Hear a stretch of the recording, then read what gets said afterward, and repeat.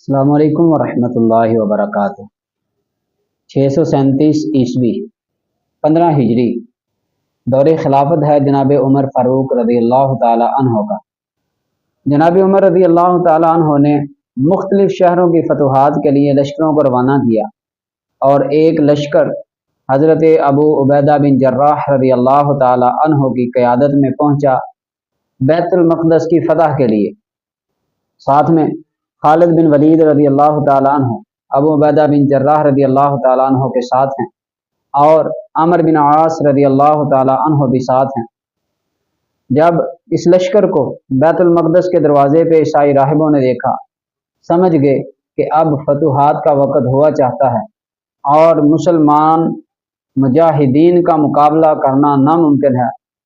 اپنے ہتھیار ڈالنے کے لیے تیار ہوئے، لیکن ایک شرط رکھی کہ بیت المقدس کی چابیاں صرف اور صرف اس شخص کے حوالے کی جائیں گی کہ جس کا ذکر تورات اور انجیل کے اندر پڑھا گیا ہے، اور وہ خوبیاں آپ کے امیر، آپ کے خلیفہ کے اندر موجود ہیں۔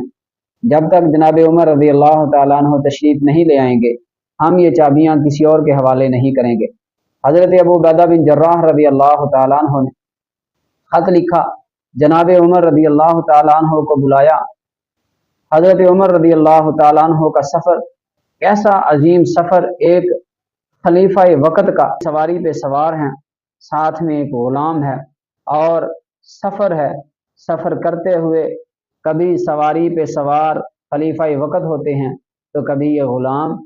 جب مسجد اقصیٰ کے قریب پہنچے تو دنیا نے وہ منظر دیکھا کہ سواری کے اوپر سوار ایک غلام تھا، جبکہ خلیفۃ المسلمین سواری کے آگے آگے سواری کی نکیل پکڑ کے جا رہا ہے۔ فوری طور پہ عیسائی راہب سمجھ گئے کہ یہی وہ شخصیت ہے۔ بنا کسی مقابلے کے، بنا کسی لڑائی کے بیت المقدس کی چابیاں جناب عمر رضی اللہ تعالی عنہ کے حوالے کر دی گئی۔ حضرت عمر رضی اللہ تعالی عنہ نے بہترین انداز میں مسجد اقصیٰ کی، بیت المقدس کی صفائی کی، اور اس کو اللہ کی عبادت کے لیے کھول دیا گیا۔ پھر دنیا نے وہ منظر اور وہ وقت بھی دیکھا کہ حضرت عمر رضی اللہ تعالیٰ عنہ نے اس کی زیارت کرنے کا حق یہودیوں کو بھی عطا کیا، عیسائیوں کو بھی عطا کیا، اور دنیا نے وہ منظر بھی دیکھا تھا کہ جب عیسائیوں کا قبضہ تھا، عیسائیوں کے پاس اختیارات تھے، تو یہودیوں کو مسجد کے اندر داخلے کی اجازت نہ تھی۔ حضرت عمر رضی اللہ تعالیٰ عنہ نے ایک نئی مثال قائم کی۔ قبضہ کرنے کے بعد یہودیوں اور عیسائیوں کے لیے زیارت کے لیے راستہ کھول دیا گیا۔ خود ریاست مدینہ کی طرف لوٹ آئے۔ آج وہ مسجد اقصیٰ یہودیوں کے قبضہ میں ہے۔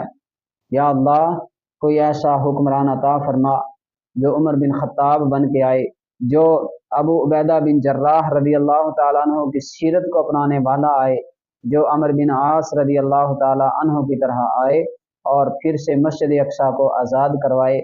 اللہ تمام مسلمانوں کا حامی و ناصر ہو۔